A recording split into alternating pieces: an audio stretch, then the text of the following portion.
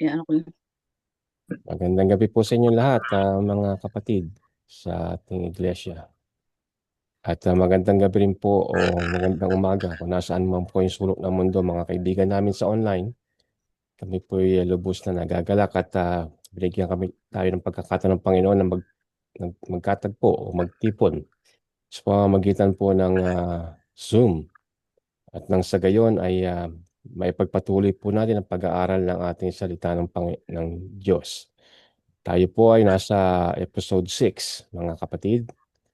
At tulad nga po ng sinabi ko nung nakaraan ay patuloy po namin kayong pinapanalangin, mga kaibigan dyan sa online, na kung kayo po ay mayroong tanong sa ating mga paksa ay malugod po namin kayong inaanyayahang mag-iwan ng komento sa ating YouTube. At ito po ay aming sasagutin sa abot po namin makakaya sa pamamagitan ng pangunguna ng banal na Espiritu. Ang ating pong programa ngayon ay pangungunahan ng ni Kapatid Bless, ni Sister Bless sa kanyang panalangin. Pagkatapos ay magpapatugtog po tayo ng ating opening song, at pagkatapos po niyan, ibibigay natin kay Tatay Romy upang pangunahan naman tayo sa ating pag-aaral ng salita ng Panginoon sa kay-anim na paksa. Ate Bless, maaari po bang kayo manguna sa ating panalangin? Okay. Magandang umaga, magandang gabi po kung saan man kayo naroon. Tayo po'y manalangin. Amang banal na makapangyarihan po kayo sa lahat. Maraming salamat muli, Panginoon, sa buhay, lakas, at pagkakataong itong mabinigay niyo sa amin na muli ay maririnig namin ang mensaheng manggagaling sa inyo. Inihiling namin, Panginoon, na ang banal na Espiritu ang nanguna sa amin sa platform na ito upang sa gayon, Panginoon, ay maunawaan namin at matanggap namin, Panginoon. At hindi namin ito magagawa kung hindi kayo ang aming kasama. Kaya nga, Panginoon, pinagkakatiwala namin sa inyo maghapon. Si Tatay Romy na siya mangunguna, Panginoon, sa pag-aaral ngayong gabi o ngayong umaga. Naway patuloy na po, Panginoon, ay bigay ang kalakasan at karunungan kay Tatay. At nang sa gayon ay magpatuloy, Panginoon, ang paglilingkod ni Tatay sa inyo at sa mga taong nangangailangan ng inyong mga mensahe. Maraming salamat, Panginoon, sa pagdinig at patawad sa marami namin pagkukulang sa inyo. Sa pangalan ni Jesus, ang aking dalangin. Amen. Amen. Salamat, Kapatid Bless. Share ko muna po ang aking screen at tayo po ay makinig sa awiting inihanda ngayong araw na ito.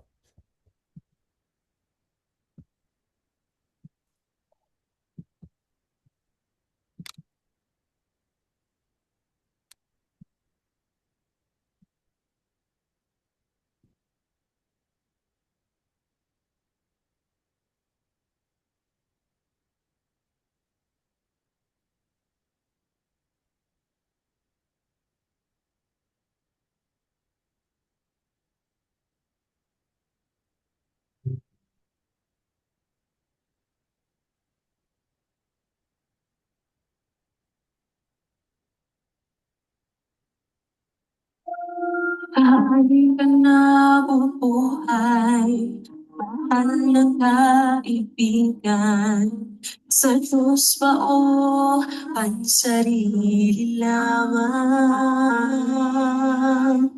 Saan ka ba mo, langit ba o impyerno? Isipin mo ito, kaibigan ko. Ngayon ang araw ng kaligtasan mo, kaibigan ko. Baka ang bukas ay di na darating. Buhay mo'y magligtas at magwawakas. Kaligtasan ay nasa Diyos lamang. Ikaw ay naging tao, mahal na kaibigan, upang maglingkod sa Diyos lamang.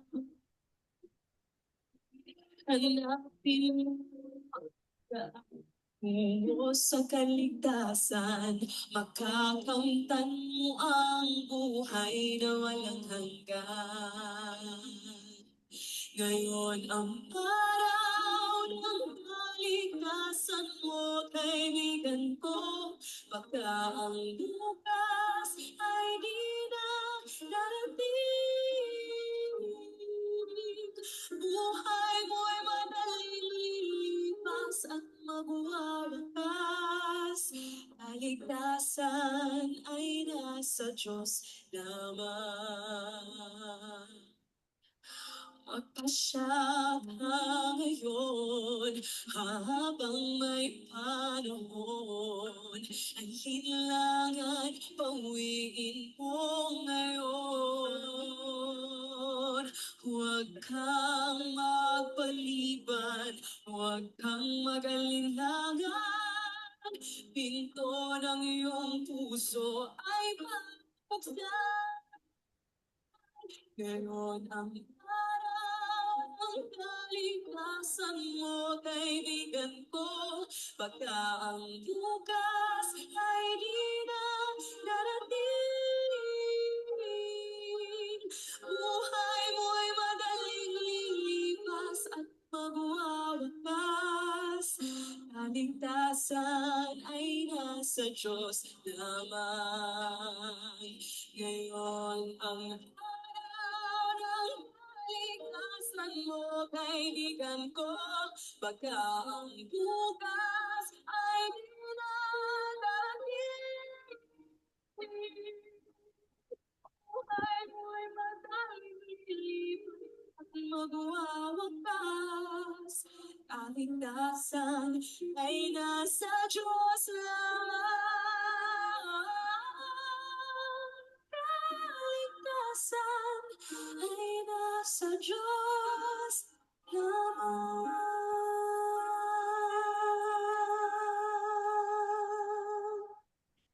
Salamat po.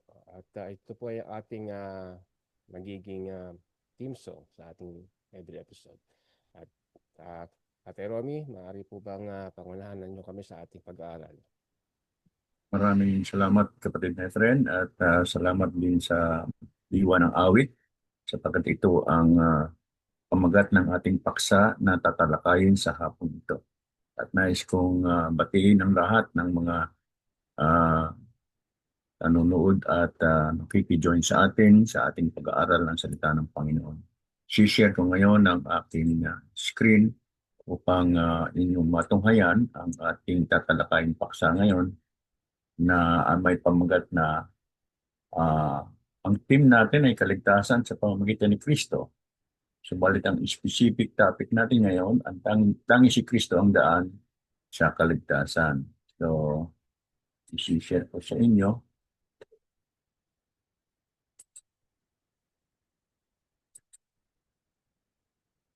Okay. So, si Kristo ang tanging daan ng kaligtasan at ito rin ang sinasabi ng mga sulat ni Apostol Pablo sa mga gawa. Ang kabanata ay 4 at ang talata ay 12. Ito ang kanyang sabi. At sa kanino mang iba ay walang kaligtasan sapagkat walang ibang pangalan sa silong ng langit na ibinigay sa mga tao na sukat natin ikaligtas. So ang ating tanging daan ng kaligtasan ay sa pamamagitan ni Kristo. Kaya nga natutunghayan natin itong paboritong talata natin sa Biblia na ang sabi dito ay isang talatang pangkaraniwan para sa atin. Pero napakasarap na lagi nating ikintal sa ating isipan ang diwa ng talatang ito. Pwede bang pakibasa, kapatid na Efren?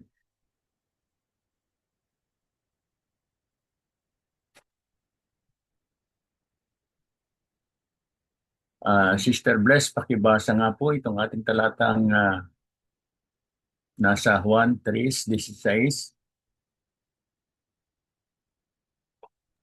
Okay. Juan 3:16, sapagkat gaya na lamang ang pag-ibig ng Diyos sa sangkatauhan, kaya't ibinigay niya ang kanyang kaisa-isang anak, upang ang sino mang sumasampalataya sa kanya ay hindi mapahamak, kundi magkaroon ng buhay na walang hanggan. Ito po ang nilalaman ng talatang ito na nagsasabi sa atin na si Kristo ang tanging ibinigay ng Ama nating Diyos na nasa langit para sa ikaliligtas natin. At nais kong muling ripasuhin itong talata sa mga gawa. Ang kabanata ay 4, talatang 12 na sa kanino mang iba, ibig sabihin ay siya lamang ang mayroong kapangyarihan na magligtas sa atin. Sapagkat walang ah, ibang pangalan sa silong langit, sa silong ng langit na ibinigay sa mga tao na sukat nating ikaligtas. So, itong mga talatang ating tutunghayan ngayon ay atin ang natunghayan sa mga nakaraan nating ah, pag-aaral. Subalit na napakabuti na ating muling tunghayan sapagkat ito ang background ng ating tinutunghayang leksyon ngayon sa gabing ito. Ang sabi sa Romans 3:23, Sister Belinda, pakibasa.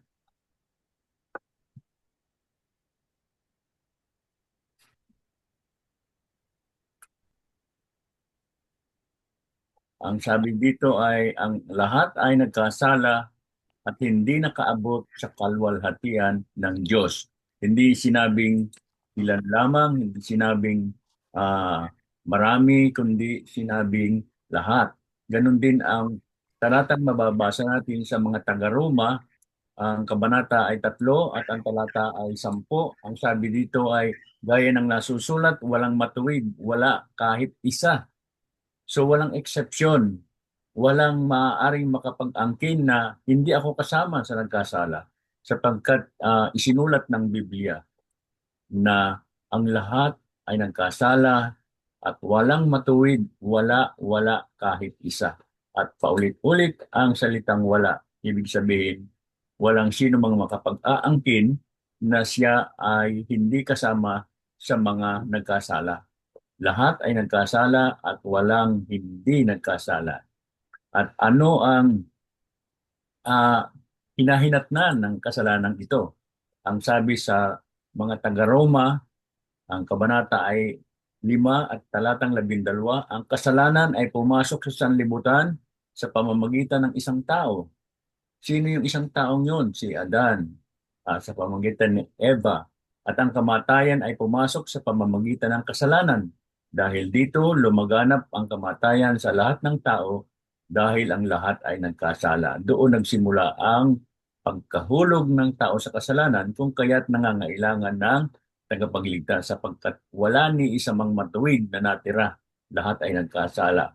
So, pero dahil mahal ng Diyos ang taong nagkasala, ay muli nating tutunghayan itong sinasabi sa Aklat ni Juan, ang kabanata ay 3 at ang talata ay 16, sapagkat gayon na lamang ang pag-ibig ng Diyos sa sangkatauhan, kaya't ibinigay niya ang kanyang kaisa-isang anak upang ang sino mang sumampalataya sa kanya ay hindi mapahamak kundi magkaroon ng buhay na walang hanggan. Maliwanag po yan at paulit-ulit naman nating nire-recite itong talatang ito sapagkat ito ay paborito ng marami na nagbabadya na ang tanging paraan ng kaligtasan ay ang sakripisyo ni Kristo doon sa krus.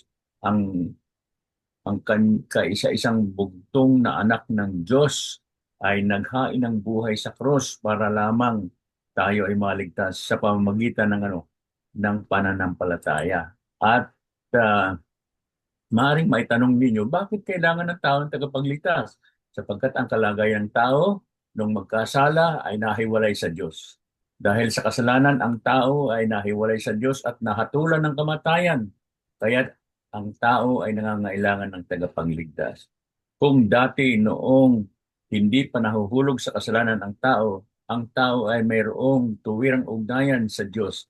Mayroon silang face-to-face na pag-uusap.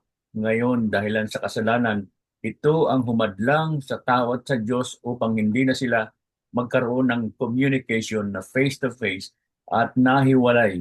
Nagkaroon ng paghiwalay at ang namamagitan sa kanila ay ang kasalanan. Kaya mayroong tanong sa atin dito, kaya ba ng tao na iligtas ang kanyang sarili mula sa kasalanan?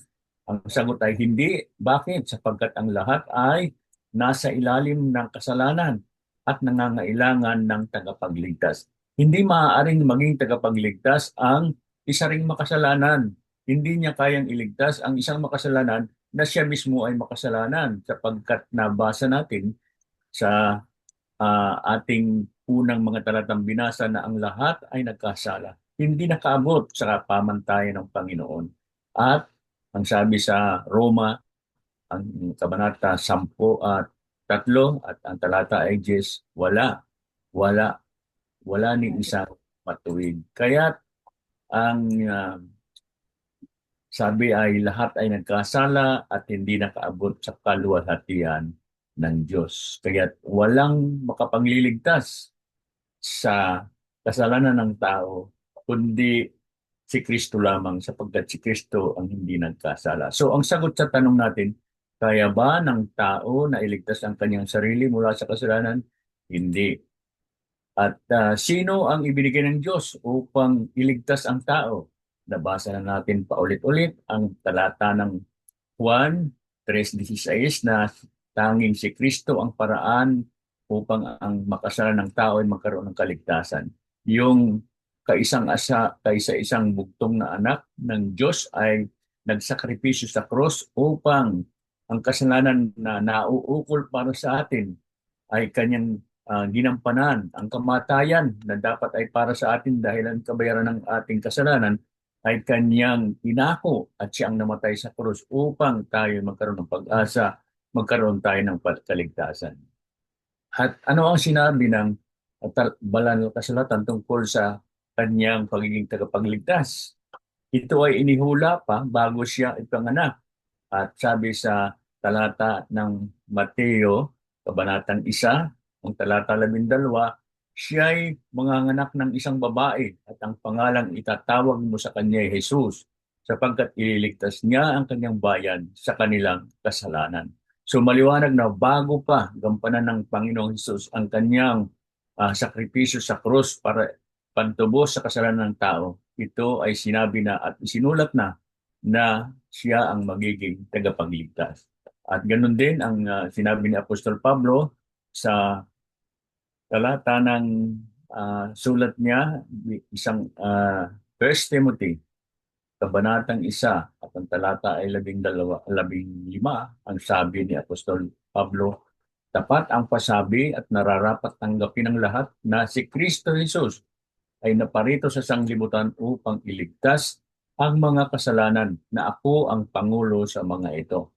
Ang sabi niya ay, ito ay sinabi niya na nauna pa bago siya dumating ay nagpasabi na sa atin sa pamamagitan ng mga propeta, isinulat sa aklat ng Lumang Tipan na si Kristo Jesus ay paparito sa sanglibutang ito upang iligtas ang mga makasalanan. Yun ay isinulat na. Kaya nakatakda na talaga na ang panukala ng kadyusan ay si Kristo ang maging tagapagligtas ng taong makasalanan dahil ayaw ng Diyos na mapahamak ang sino man sa atin sapagkat mahal niya tayo. Kaya't ipinadala niya, sinugo niya ang kanyang bugtong na anak upang maging tagapagligtas natin mula sa tiyak na kapahamakan dahilan sa ating kasalanan.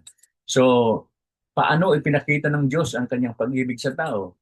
Muli ay tayo ay nandito sa aklat ni Juan, kabanatang 3 at ang talata ay 16 na dahilan sa pag-ibig ng Diyos sa atin. Ang dahilan kung bakit nagsakripisyo ang anak ng Diyos sa cross ay pagmamahal.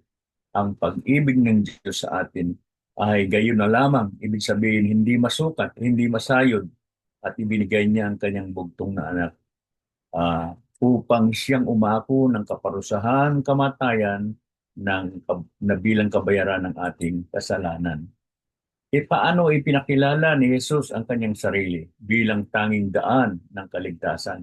Tingnan natin ang nakasulat sa aklat ni Juan, ang kabanata ay 14 at ang talata ay 6. Ito mismo ay sinabi ng ating Panginoon. Sinabi sa kanya ni Jesus, ako ang daan at ang katotohanan at ang buhay. Sino man ay di makapaparoon sa Ama kundi sa pamamagitan ko. At ganun din ang ibinadya ng banal na kasulatan sa mga gawa, kabanatang 4 at ng talata ay 12, sa kanino mang iba ay walang kaligtasan, sapagkat walang ibang pangalan sa silong ng langit na ibinigay sa mga tao na sukat nating ikaligtas. Ang pangalang ibinigay ng langit sa mga tao upang maging daan ng ating kaligtasan ay ang pangalang Jesus lamang. So may mga tanong para ating isipin. Mayroon bang ibang daan patungo sa Ama bukod kay Kristo? Ano ang sinabi doon sa Juan, Kabanatang 14, ang talata ay 6, ang sabi rito, ako ang daan at ang katotohanan at ang buhay. Sino man ay di makaparoroon sa Ama, kundi sa pamamagitan ko. So walang ibang daan na ibinigay ang Panginoon patungo sa Ama, kundi kay Kristo lamang, sa pamamagitan lamang ni Kristo. At ano ang sinasabi ng talatang nasa mga gawa, Kabanatang 4:12? Ito ay muli nating tutunghayan. Ang sabi ay, sa kanino mang iba ay walang kaligtasan, sapagkat walang ibang pangalan sa silong ng langit na ibinigay sa mga tao na sukat nating ikaligtas. Wala talaga. Tanging ang pangalan lamang ng ating Panginoon ang paraan upang magkaroon tayo ng kaligtasan. Ngayon, mayroon tayong tanong, bakit si Kristo lamang ang maaaring tagapagligtas? Hindi ba pwedeng yung anghel ay maging tagapagligtas natin? Hindi ba pwedeng yung mga patriarka na nahahanay sa mga magigiting na patriarka ng matandang tipan katulad ni Abraham ay maging tagapagligtas? Tingnan natin ang sinasabi ng sulat ni Apostol Pablo sa mga taga-Korinto, pangalawang sulat niya ito, ang kabanata ay 5 at ang talata ay 21. Ano ang sinasabi niya dito? Okay.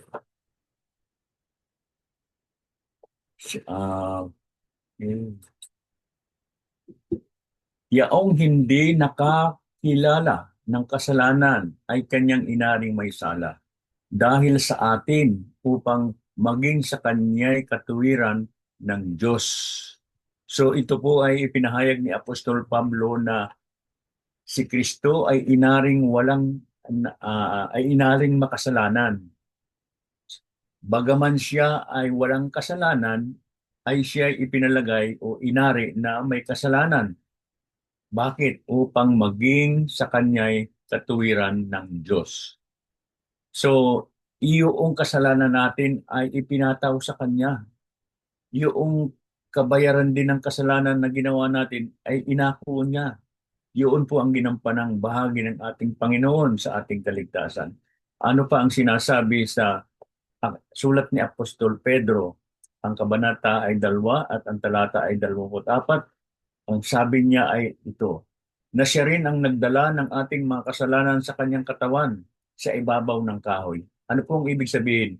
Yung kaparusahan na kamatayan sa krus ay siya ang nagdala, siya ang dumanas, siya ang umako at siya ang naghirap. Bakit? Upang pagkamatay natin sa kasalanan ay mga buhay tayo sa katuwiran na dahil sa kanyang mga sugat ay magsigaling kayo. Kaya yung kanyang sakripisyo sa krus, kung ating pananampalatayanan at ating tatanggapin, ay tayo ay hindi na mabubuhay sa ating lumang pagkatao. Sapagkat ang kamatayang dapat ikamatay natin dahil sa ating pagkakasala, ay inako na, binayaran na. Wala na tayong utang. Ang atin na lamang dapat na gampanan ay yung pagtanggap at pagniniwala at pagtatalaga ng ating sarili sa pananampalataya doon sa ginawang sakripisyo ng Panginoon. Ganon din ang sinasabi ng mga ng sulat ni Apostol Pablo sa mga taga-Hebreo. Ang kabanata ay 4, ang talata ay 15. Ito ang sabi niya, sapagkat tayo'y walang isang dakilang saserdote na hindi maaaring mahabag sa ating kahinaan. ang sinasabi ni Apostol Pablo dito ay mayroon tayong dakilang saserdote. Ano po ba ang ginagampanan ng saserdote? Ito po ay namamagitan sa Diyos at sa tao. Kung tayo ay nananalangin, siya yung naghahain ng ating panalangin sa harap ng bandana ng langit. Kung tayo ay humihingi ng tawad, ito yung nagpipresenta ng ating paghingi ng kapatawaran ng ating mga kasalanan. At sa ganon, sa pamamagitan ng ginawang sakripisyo ni Kristo sa krus. Yun ang tinitingnan ng Diyos, hindi yung sa ating sariling kasalanan, kundi habang ang pag-aalay ay sa pamamagitan ni Kristo, ang titingnan ng Diyos ay yung ginawang sakripisyo na ni Kristo sa krus at yun ang magdadala at magiging dahilan kung bakit tayo makaka-obtain ng kapatawaran ng ating mga kasalanan. So, yun ang mga bagay na dapat nating matandaan na si Kristo lamang ang walang kasalanan na tanging makapagligtas sa atin. So, paano tinanggap ng tao ang kaligtasan kay Kristo? Sapagkat ang kaligtasan ay kaloob ng Diyos na tinanggap sa pamamagitan ng pananampalataya kay Jesus. So ano po ang kaligtasan? Ang kaligtasan ay kaloob, gift, walang bayad, grace. Isang biyaya ito na tinanggap sa pamamagitan ng pananampalataya kay Jesus. So paano natin matatanggap yung gift ng eternal life? Sa pamamagitan ng pananampalataya kay Jesus. Kabilang dito ang pagtanggap sa Kanya, pagsisisi ng kasalanan, at pananampalataya sa Kanyang ginawa. Hindi lamang basta tatanggapin. Kaakibat ng pagtanggap natin ay ang pagsisisi. Kung may kasalanan tayo yung magsisisi. Ikukumpisal natin sa Diyos ang ating kasalanan at pananampalataya sa Kanyang ginawa. So mayroong kaakibat na mga bagay na dapat nating gampanan sa pagtanggap natin ng kaloob ng buhay na walang hanggan. Basahin natin itong nakasulat sa Aklat ng Epeso, Kabanatang 2, ang talata ay 8 hanggang 9. Ano ang sabi dito? Sapagkat dahil sa kagandahang loob ng Diyos, kayo ay naligtas sa pamamagitan ng pananampalataya at ang kaligtasan ito ay kaloob ng Diyos at hindi sa pamamagitan ng inyong sarili. Hindi ito bunga ng inyong mga gawa, kaya't walang dapat ipagmalaki ang sinuman. Muli, idinidiin sa atin na ang paraan ng kaligtasan, ang daan ng kaligtasan ay dahil sa kagandahang loob ng Diyos. Sa English, ito ay by grace na tayo ay naligtas sa pamamagitan ng pananampalataya.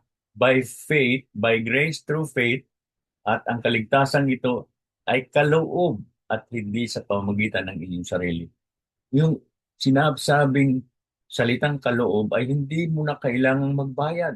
Hindi mo na kailangang hampas ng sarili, gumawa ng mga bagay na penitensya, pagpapalo sa sarili, pagpapapako sa krus para lamang matamo ang kaligtasan. Hindi na ito kailangan. Bakit? Sapagkat ginampanan na ng Panginoon ang ating paghihirap na dulot ng kasalanan sapagkat siya ay namatay para sa ating kasalanan. Ang ating kapatawaran ay natamo natin sa pamamagitan ng pag-ako niya sa kamatayan na dapat yung kamatayan na kaparusahan ng ating kasalanan ay tayo ang namatay doon. Pero dahil mahal tayo ng Diyos, ginampanan na ng Panginoon ang lahat ng mga bagay na yon.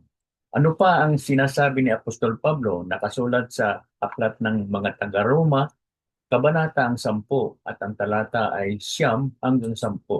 Ano ito ang sabi niya? Sapagkat kung ipapahayag mo ng iyong bibig si Jesus na Panginoon at sasampalataya ka sa iyong puso na binuhay siyang mag-uli ng Diyos sa mga patay, ay maliligtas ka sapagkat ang tao'y nananampalataya ng puso sa ikatutuwid at ginagawa sa pamamagitan ng bibig ang pagpapahayag sa ikaliligtas. So, ang sabi ni Apostol Pablo ay dapat tayo ay mayroong pagpapahayag sa pamamagitan ng ating bibig na si Kristo Jesus ay Panginoon at sasampalataya tayo na siya ay binuhay na maguli ng Diyos sa mga patay.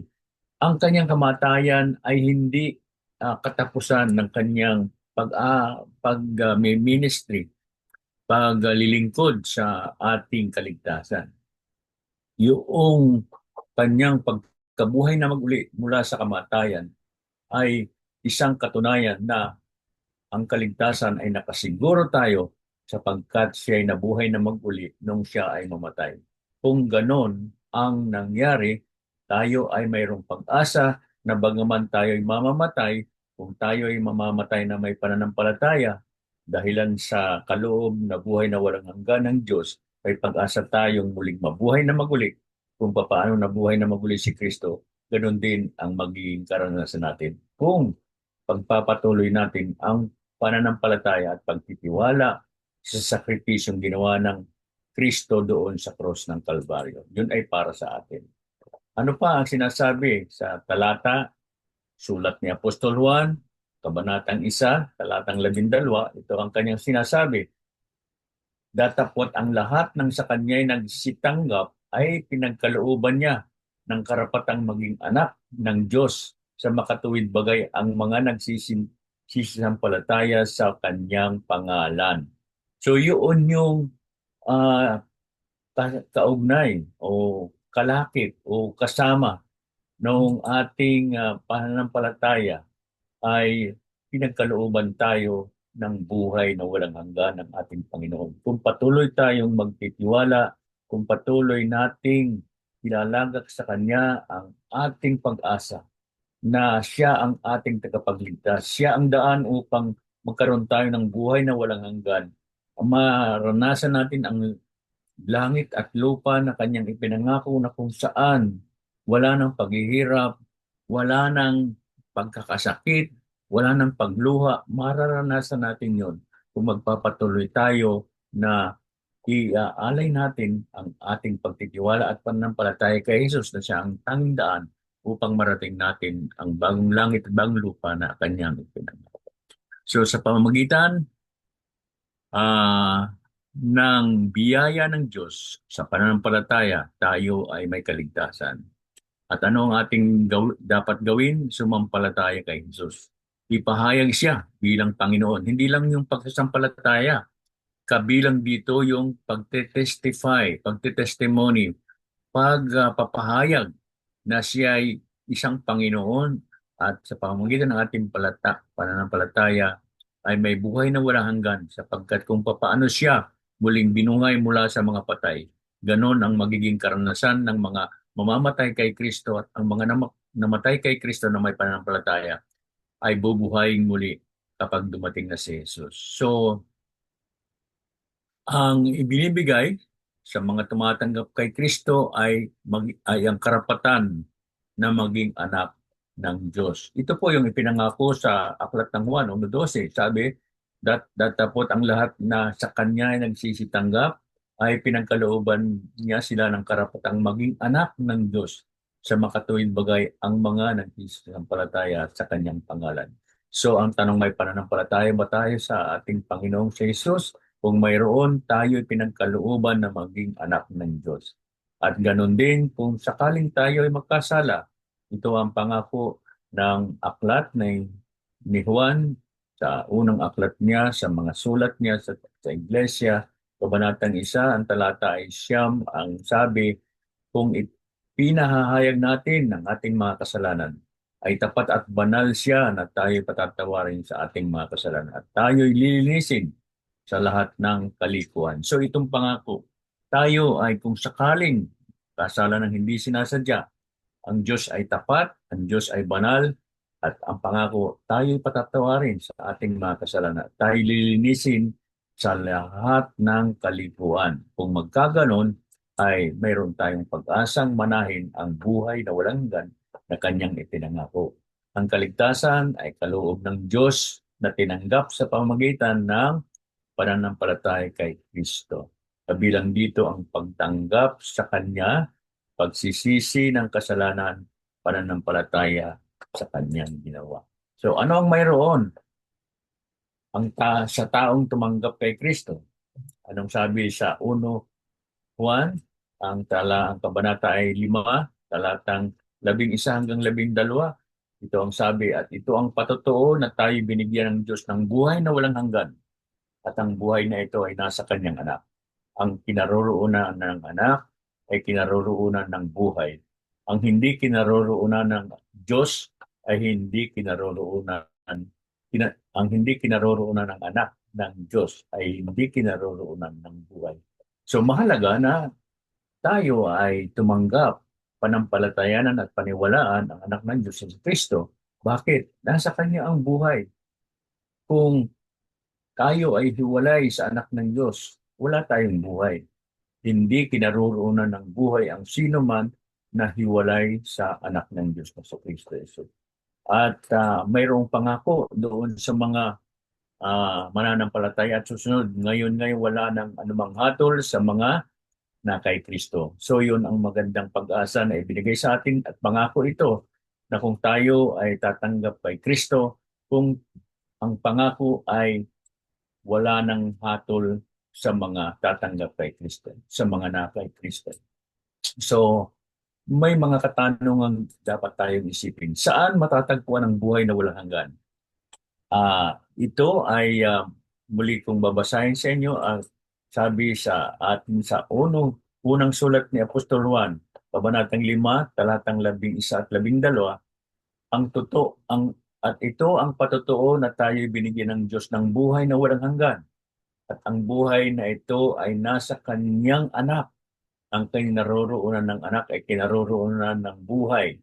Ang hindi kinaroroonan ng anak ng Diyos ay hindi kinaroroonan ng buhay. So mahalaga na ating muling sariwain at lagi nating maalaala ito na ang kinaroroonan ng buhay ay ang anak ng Panginoon. Kaya kung tayo ay may kaugnayan sa pamamagitan ng pananampalataya doon sa anak ng Diyos na siyang may taglay ng buhay at siyang nagmamay-ari ng buhay, ay mayroon din tayong buhay. Pangako ito sa atin.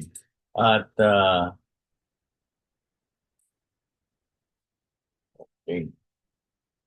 So, ang buhay ay matatagpuan sa anak ng Diyos. At sino ang anak ng Diyos? Si Kristo.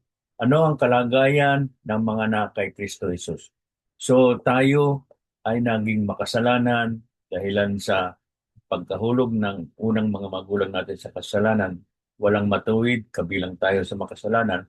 Pero dahil sa tinanggap na natin si Kristo sa pamamagitan ng pananampalataya, ano ngayon ang kalagayan natin? Ang sabi sa Roma, kabanatang 8, talatang 1, ay ngayon wala nang anumang hatol sa mga na kay Kristo Jesus. Wala nang hatol. Hindi na tayo kasama doon sa hatulan. Kaya mapalad tayo at tayo ay malaya na doon sa paghatol na gagawin doon sa mga makasalanan. Sino yung hahatulan? Yung hindi tumanggap kay Kristo.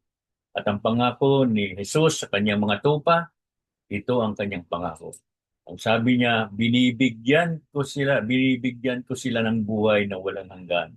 Kailan may hindi sila mapapahamak at hindi sila maaagaw sa akin ninuman. Yan ang pangako. Kanino? Doon sa mga tatanggap kay Kristo bilang kanilang Panginoon at tagapagligtas. So, ang pangwakas na buod ng ating aralin ngayon, ayon sa Biblia, si Kristo lamang ang tanging daan ng kaligtasan. Dahil, una, lahat ng tao ay makasalanan. Pangalawa, si Jesus ang ibinigay ng Diyos bilang tagapagligtas. Pangatlo, siya lamang ang daan patungo sa Ama. Sabi niya, ako ang daan at katotohanan. Walang makakapunta sa Ama kundi sa pamamagitan ko lamang. At ang lima, siya lamang ang sakdal na handog para sa kasalanan. Hindi maaring yung mga ino-offer nating mga sakripisyo ay tatanggapin ng Panginoon upang magkaroon tayo ng katuwiran. Wala yon. Hindi tatanggapin ng Panginoon yun. Ang tanging tatanggapin lamang ng Panginoon na ihahandog natin ay yung sakripisyo ni Kristo sa krus na kung saan namatay siya at natigis ang dugo para sa pagtubos ng ating kasalanan. At kaya kung mapapansin ninyo, alam naman natin at nakikita rin natin yun sa mga television at sa mga kwento ng ating mga kababayan na mayroong mga kapag mahal na araw ay nagpapapako sa cross, nagpipinitensya, may mga panata na kanilang ginagapan ng taon-taon at ang paniniwala nila ay sa pamamagitan noon ay makakakuha sila ng kapatawaran, tatanggap sila ng kapatawaran ng kasalanan at magiging banal sila. Yun ay maling paniniwala at hindi ayon sa banal na kasulatan. Ang tanging paraan upang magkaroon tayo ng katuwiran ay ang tanggapin natin si Jesus sapagkat ang kanyang sa pamamagitan ng pananampalataya, ang kanyang sakripisyo sa krus, ang siyang ating inihahain sa Diyos kung tuwing tayo ay mananalangin na kinikilala ng Diyos na tanging paraan upang mabayaran ng ating kasalanan ay panampalatayanan natin yung sakripisyo ng kanyang kamatayan sa krus. At panghuli at sa pamamagitan lamang niya matatanggap ang buhay na walang hanggan. Ibig sabihin, there is no other way na tayo ay magkakaroon ng buhay na walang hanggan kung hindi sa pamamagitan lamang ng ating Panginoong si Yesu Kristo. So, ito ang ating panawagan. Kung si Kristo ang tanging daan ng kaligtasan, ang pinakamahalagang tugon ng tao ay sino? Ito yung ating mga gagampanan. Tanggapin siya, magsisi sa kasalanan, sumampalataya sa Kanya, at sumunod sa Kanyang kalooban. Ito yung mga dapat gampanan natin upang tayo ay mapaanib sa mga itinuturing ng Diyos na mga anak niya. At tayo ay may bahagi doon sa pagtanggap ng pangako ng buhay na walang hanggan kapag dumating si Jesus. At tatamuhin natin ito kung ang mga bahaging ito tanggapin siya, magsisi sa kasalanan, sumampalataya sa Kanya at sumunod sa Kanyang kalooban ay ating magagampanan. So, yun po ang ating pagtatapos ng ating ika-6 na leksyon sa pagtatanghal natin ito at aming inaanyayahan kayo na kung kayo ay mayroong mga kahilingan sa panalangin tulad ng panalangin sa mga kaanak nyo na may sakit o karamdaman na nais ninyong ilapit sa Panginoon upang gumaling, ay ilalapit natin sa Panginoon at idadalangin natin na malugod namin kayong paglilingkuran. Ganon din po, kung mayroon kayong mga tanong, kung mayroon kayong mga karagdagang komento para sa ating pag-aaral na ginampanan, narito po ang aming email contact at dorhamphil.canadadventist.org. Ito po ang aming paraan at communication way kung paano namin kayo matutugunan kung mayroon kayong mga komento at mga mga katanungan. Maraming salamat po. Magandang gabi sa inyong lahat. Maliban na may mga tanong manggagaling sa ating mga kasamahan ay ating tatapusin ang ating pag-aaral. Salamat.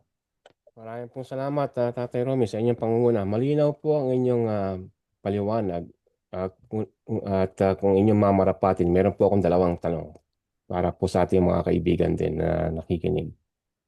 Ang una ko pong tanong, ilang beses po ninyong binasa ayon sa aklat ni Juan, Kapitulo 3, versikulo 16 na ang Panginoon ay sinugo ang kanyang bugtong na anak dahil sa kanyang pag-ibig sa atin upang tayo magkaroon ng buhay na walang hanggang, upang tayo maligtas. Yun po ang sabi doon sa inyong binasa.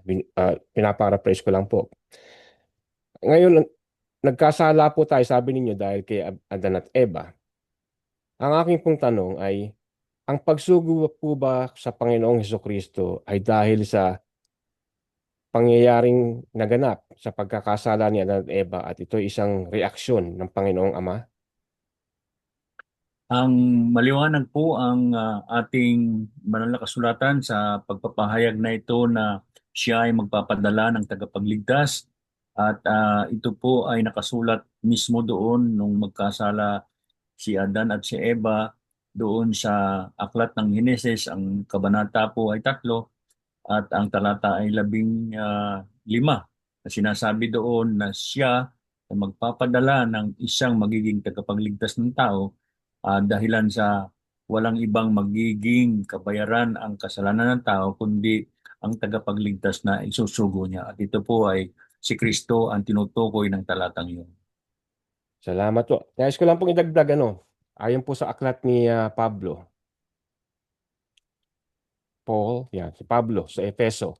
Ito po ay hindi lamang reaksyon ng Panginoong Ama, subalit ito'y matagal na nakaplano sapagkat ang sabi dito, puriin natin ang Diyos at ang Ama ng ating Panginoong Hesukristo dahil sa pakikipag-isa natin kay Kristo.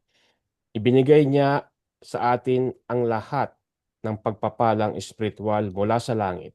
Bago pa man niya likhain ang mundo, pinili na niya tayo para maging banal at walang kapintasan sa paningin niya.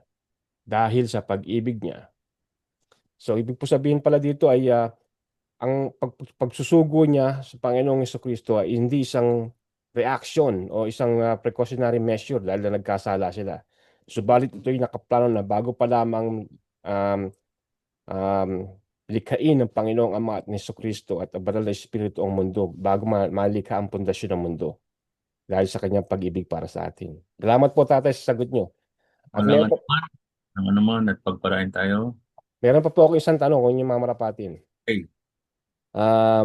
Dahil po hindi naman po lingid sa ating kaalaman, katulad ng inyong binanggit, na may mga kapatid po tayo sa pananampalataya o yung mga kaibigan nating mga Katoliko na ang kanilang pagpapractice ay merong upang sila mapatawad sa kanilang mga kasalanan, katulad din natin na tayo makasalanan naman, ay nagkakaroon po ng mga penitensya o pagpapahirap sa sarili upang mapatawad ng Panginoon at meron din silang mga panata tuwing mahal na araw o mga pistahan ng mga kanilang simbahan.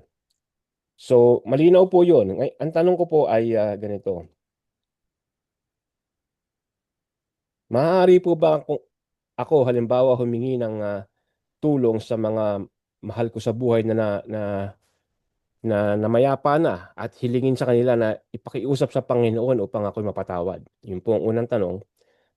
Pangalawa, sususugan ko po yan, yung connected sa tanong, ay maaari po bang ako ay magdonasyon sa mga simbahan upang sa gayon ay mabayaran ko ang aking mga kasalanan at ako'y mapatawad? At panghuli ay, dapat ba akong humingi ng tawad sa pamamagitan ng pare o doon sa Pope? Dahil ang Pope ay siya ang pinakabanal at pinakamataas na pare dito sa lupa. Sa pamamagitan po ba ng paghingi ko ng tawad sa kanya, ako yung papatawad? Salamat po. Maliwanag po ang sinasabi ng Biblia na ang kaligtasan ay isang personal na relasyon sa Panginoon at hindi maaaring iligtas ng isang kamag-anak niya. Katulad na sinasabi sa kabanatang 18 ng aklat ng Ezekiel na sinasabi rito na ang kaluluwa na nagkasala ay mamamatay. Ang anak ay hindi maaaring dalhin ang kasalanan ng ama o ang ama ay magdadala ng kasalanan ng anak. So nangangahulugan po ito na ang pagtanggap ng kaligtasan ay personal at ang pagpatawad ng kasalanan ay personal. Hindi maaring yung kabanalan ng kamag-anak ay ipasa sa isang makasalanan upang magkaroon din siya ng katuwiran. So maliwanag po yun na hindi maaring ipasa ang kaligtasan sa kamag-anak, hindi maaring iasa, kundi yung personal na relasyon sa Panginoon ang kikilalanin at titingnan ng Panginoon kung ang katuwiran ay manggagaling sa Diyos na ikaw lamang at ang Diyos ang magkakaroon ng personal na ugnayan tungkol sa ganitong kaligtasan. Salamat po tay. Paano po yung sa ano, yung maaari po ba akong magdonasyon sa simbahan upang mabayaran ang aking kasalanan at dapat po ba akong humingi ng tawad sa pare o sa Pope dahil siya po ang sabi po niya siya po ang pinakabanal at pinakamataas na pari dito sa lupa. Ang maliwanag po yung ating pinag-aralan kanina na ang sabi sa mga gawa, ang Kabanata 4 at 12 ang talata ay walang anumang o sino mang pangalan sa ilalim ng langit na sukat na ikaligtas ng tao, kundi ang pangalan lamang ng ating Panginoong si Yesu Kristo. So hindi maaari na ikukumpisal natin yung ating kasalanan sa ating kapwa taong makasalanan din. Kaya nga ang sabi ng pinag-aralan natin ngayong hapong ito, ah, ang tao ay hindi maaaring maging tagapagligtas ng kanyang sarili o ng kapwa niya tao. Bakit? Kapagkat ang lahat ay nagkasala, hindi nakaabot sa katuwiran ng Panginoong Diyos. So si Kristo lamang ang nabuhay na tao na nabuhay na hindi nagkasala, subalit inaring makasalanan dahilan sa pagliligtas niya sa atin. Salamat po. Sa mga katuwid, hindi po pala tama na tayo mangumpisal sa mga pare o humingi ng tawad sa Pope. Malinaw po. Salamat po, Brother Romy. Sapagkat ang sabi po sa Roma 14, talatang 12, ang bawat isa sa atin ay magbibigay sulit ng kanyang sarili sa Diyos.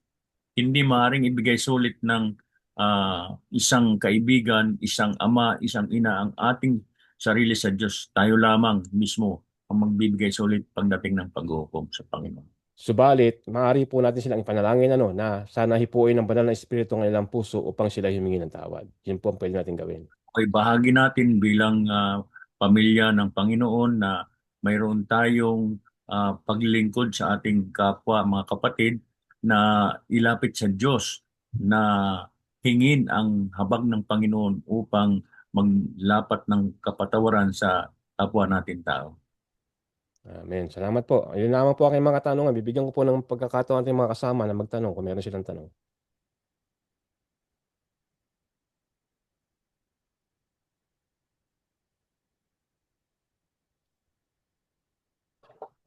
Okay. Kaya po bilang pagtatapos ay ang sabi po sa atin, ang isang makasalanan ay hindi maaaring mapatawad dahilan sa katuwiran at kabanalan ng kanyang ama o ng kanyang ina o ng kanyang kapatid.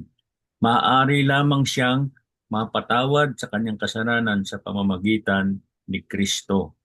At kapag siya ay lumapit ng personal at tumaligod sa kasalanan, nangumpisal ng kasalanan at nanampalataya sa Kanya, ito ang tanging paraan upang siya ay magtamo ng kapatawaran sa kanyang kasalanan. Salamat po. Amen. Salamat po. At nais ko lang din idagdag para maging malinaw sa ating mga tagapakinig o tagapanood na ang Panginoon ay makatwiran. At maaari nating ipanalangin ang ating mga mahal sa buhay, mga anak o kasama sa pamilya at hilingin ang banal na espiritu upang hipuin ang kanilang puso at kaluluwa upang lumapit sila sa Panginoon. At dahil sa ating panalangin ay magkakaroon ng daan ang paglapit nila at paghingi ng tawad at magkakaroon ng relasyon sa Panginoon. At doon matatagpuan ang kaligtasan.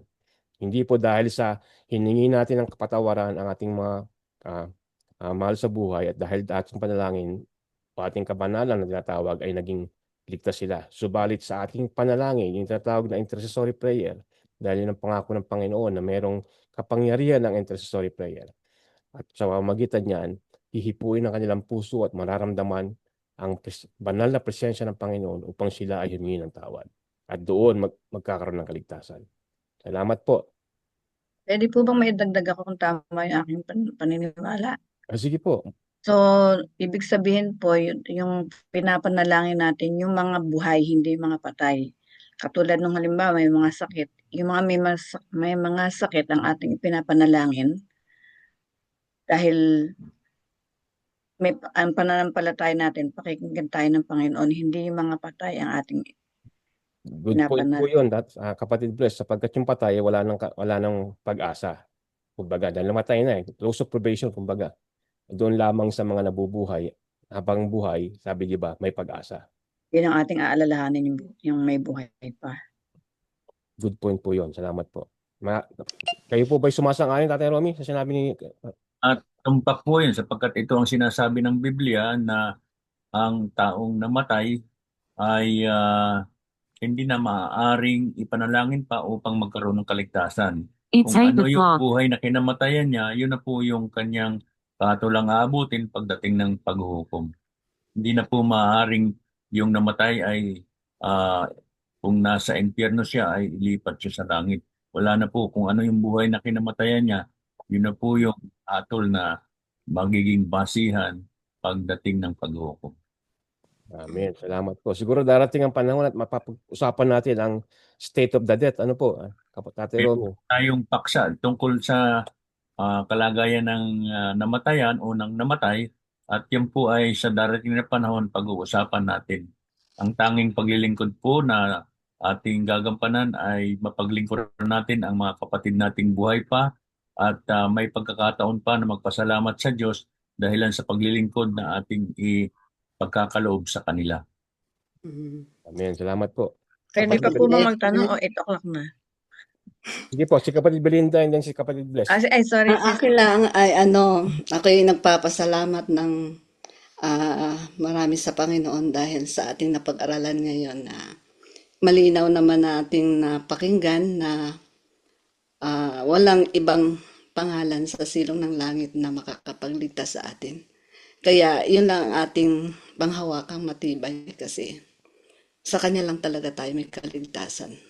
Wala sa ating sariling mabuting gawa, kundi sa kabutihan ng Panginoong Hesus at sa kagandahan loob ng Diyos dahil ibinigay niya ang kanyang bugtong na anak para tayong lahat ay magkaroon ng kaligtasan at buhay na walang hanggan kung tayo sasampalataya sa Kanya. Amen. Papuri sa Diyos. Salamat po, Ate Belinda. Kapatid Bless, sige po, Ate Bless. Meron pa po kayong tanong? Kalimutan ko na. Salamat po, Tanong ko. Tatay. Teka. Yun po tatay na papel ng saserdote. Pakiano po kaya ulit yung tatay kung ano yung papel ng saserdote dahil naghahandog sila ng mga hayop. Yung pong papel ng saserdote ay mababasa natin ito sa Lumang Tipan kung saan ang bayan ng Diyos ay mayroong itinayong sanktuaryo na doon sa sanktuaryong yun, yung lahat ng mga makasalanang hihingi ng kapatawaran ay pupunta doon. At mayroon silang dadalhing handog para sa kasalanan nila upang magtamo ng kapatawaran.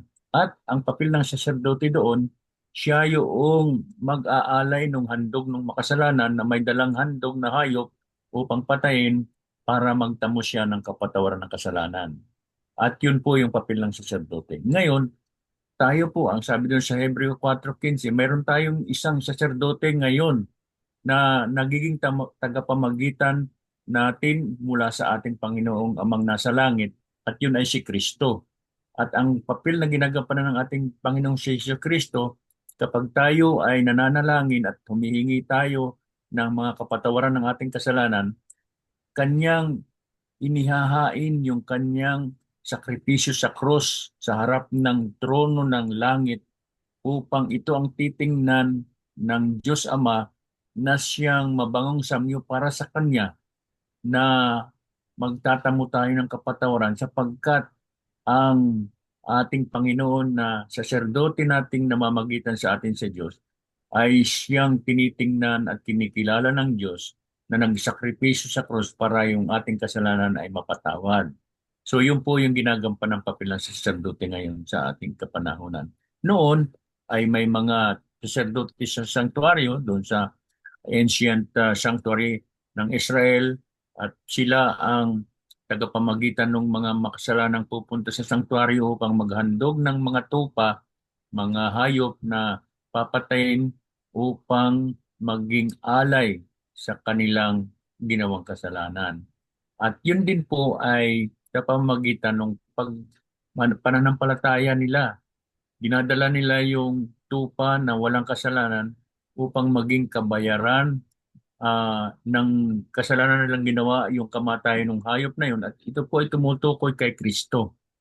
Noong si Kristo ay ipako sa krus at mamatay, yun po yung yun po yung anino, yun po yung realidad ng anino na ginampanan sa Lumang Tipan ng mga pinapatay na inosenteng hayop. Kumakatawan po ito kay Kristo. At ang katuparan nito ay yung kamatayan ni Kristo sa krus na kung saan inialay ang kanyang buhay upang magkaroon ng kaligtasan ang mga taong mananampalataya at magtitiwala sa kanya doon sa sakripisyong ginawa niya sa pagtubos sa kasalanan ng sangkatao. Amen. Salamat po. Maaari po bang magdagdag ako ng kaunti sa sinabi ni Tatay Romy, kapatid Bless? Sapagkat ang Panginoon ay banal, sakdal, dahil ang kasalanan ay naghihiwalay sa atin sa Panginoon. At dahil nung araw ay hindi pa dumarating si Jesucristo na ultimate sacrifice na tinatawag natin, the blood of the Lamb. Kaya noong unang panahon ang mga Israelita na nagkakasala at sumasampalataya di sa Panginoon, upang sila may patawad, sila ay lalapit sa saserdote na kung tawagin sa madaling salita ay high priest o isang mataas na pari upang mag-administer ng seremonya sa pagpapatawad ng kanilang kasalanan sa pamamagitan ng handog na tupang walang blemish o walang karumihan, ah, na tumuturo sa Panginoong Jesucristo ang darating na the blood of the Lamb. Yun po, yung gusto ko lang pong iduktong yon, at dahil po sa mga tupang malilinis na ito, mga inosente nga, ay napapatawad ang ating kasalanan at muli ay nagkakaroon tayo ng relasyon sa Panginoon dahil ang ating kasalanan ay naghihiwalay sa kabanal-banalan ng Panginoong Ama. At nang dumating ang So, Panginoong Jesucristo, ito ang ating ang mga exercise na ganito ay hindi na natin ginagawa. Kaya papuri sa Diyos dahil sa kanyang blood, sa kanyang dugo, nalinis tayo. At sabi nga ni Tatay Romy, kapag nagkasala tayo, dahil araw-araw tayo nagkakasala, lalapit tayo sa Panginoong Jesucristo upang humingi ng tawad. At nang sa gayon, hihingi niya tayong tawad sa Panginoong Ama. Salamat po. wala nang alay ng hayop dahil ang Panginoon ang umako ng lahat. Amen. Salamat sa Diyos. Tama po yun. At yung, yung high priest o yung sacerdote na nakita natin kung paano ang kanyang ginampanang papel doon sa earthly sanctuary ay nag-aalay siya ng dugo ng tupa at ito ay iniwiwisik niya sa mga tabing ng sanktuaryo at ito'y kumakatawan sa dugo ni Hesus na natigis doon sa krus ng Kalbaryo upang mahugasan naman yung ating mga kasalanan. Pagkat ang sabi doon sa Hebreo, ang kabanata ay Siyam, talatang 12, hindi sa pamamagitan ng dugo ng mga kambing at mga baka, kundi sa pamamagitan ng kanyang dugo ay siya ay pumasok na minsan sa banal na dako, yamang tinamo niya ang walang hanggang katubusan para sa atin. So yung ginampanan ng mga tupa, ng mga hayop na inialay ay ginampanan ni Kristo, tumutukoy sa gagampanan ni Kristo sa krus ng Kalbaryo.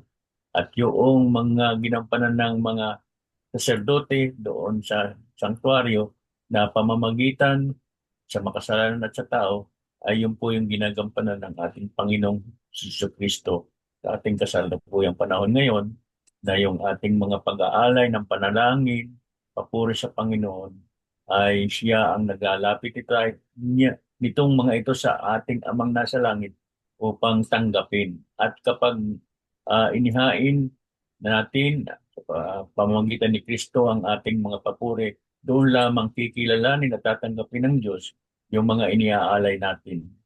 Sapagkat tanging sakripisyo ni Kristo sa krus ang magbibigay ng pagkakataon upang tingnan ng Diyos yung ating mga panalangin o dinggin ng Diyos yung ating mga kahilingan. Salamat po. So kaya po pala, pag mananalangin tayo, sa dulo ng ating panalangin ay hihingin natin ang tawad sa Panginoong Jesucristo ang lahat ng ating mga kasalanan upang dinggin ang ating Panginoon. O yun, sapagkat ito rin ang tagubili ng ating Panginoon. Kung kayo ay mananalangin sa Ama, ay hilingin ninyo sa pangalan ko. Kaya lagi nating sa katapusan ng ating panalangin, hinihiling ko po ang aking panalangin sa pangalan ni Kristo. Kung hindi po sa pamamagitan ng pangalan ni Kristo, hindi po maririnig ng Ama yung ating mga pag-aalay at panalangin. Yan, salamat po mga kapatid at karoon po tayo ng isang interactive na discussion sa bagay na ito.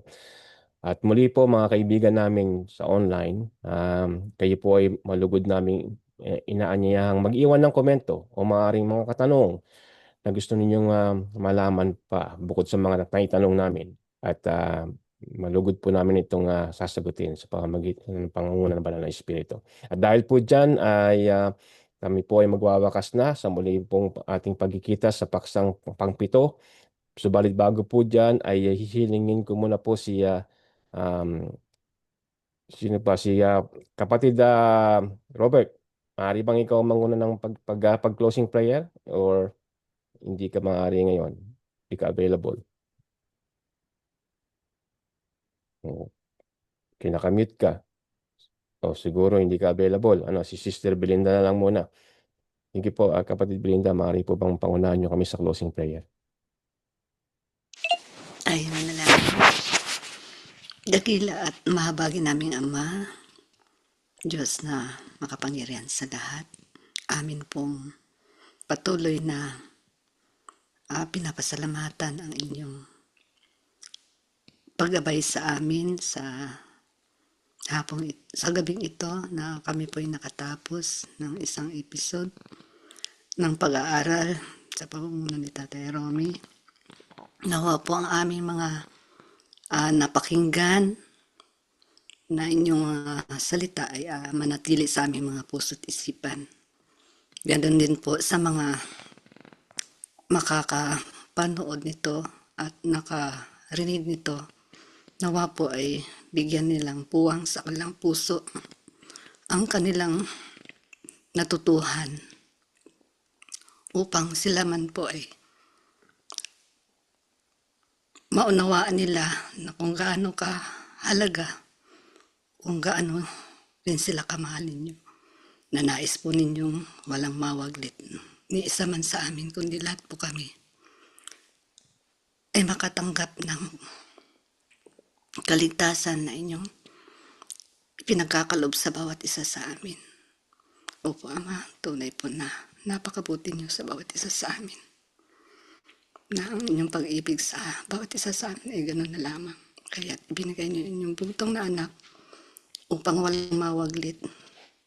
At ang nais lamang ninyo ay tangkapin ang inyong panawagan sa bawat isa sa amin. At inyo pinahayag na walang kaligtasan sa sinumang tao sa silong ng langit, kundi tanging sa aming Panginoong Hesus lamang. Kaya't maraming salamat po, Ama, sa katotohanan ito na inyong ipinahayag sa amin sa gabing ito. At humihingi po kami ng kapatawaran sa anuman pong nakasumpungan ninyo sa aming mga puso't isip na hindi ayon po sa inyong kalooban. Patawad po, Ama. Salamat po sa inyong mga pangako sa amin na kung kami lalapit sa inyo, hindi nyo kami handa nyo kaming tatangkapin. At ang lahat po ng aming kahilingan ay inyong diringgin. At ito pa'y aming pinasasalamatan at sinasamo. Alang-alang pong lahat sa pangalan ng aming Panginoong Hesus. Amen. Ayan. Salamat po. Magandang gabi po sa inyo lahat. Okay, thank you very much. Have a good night.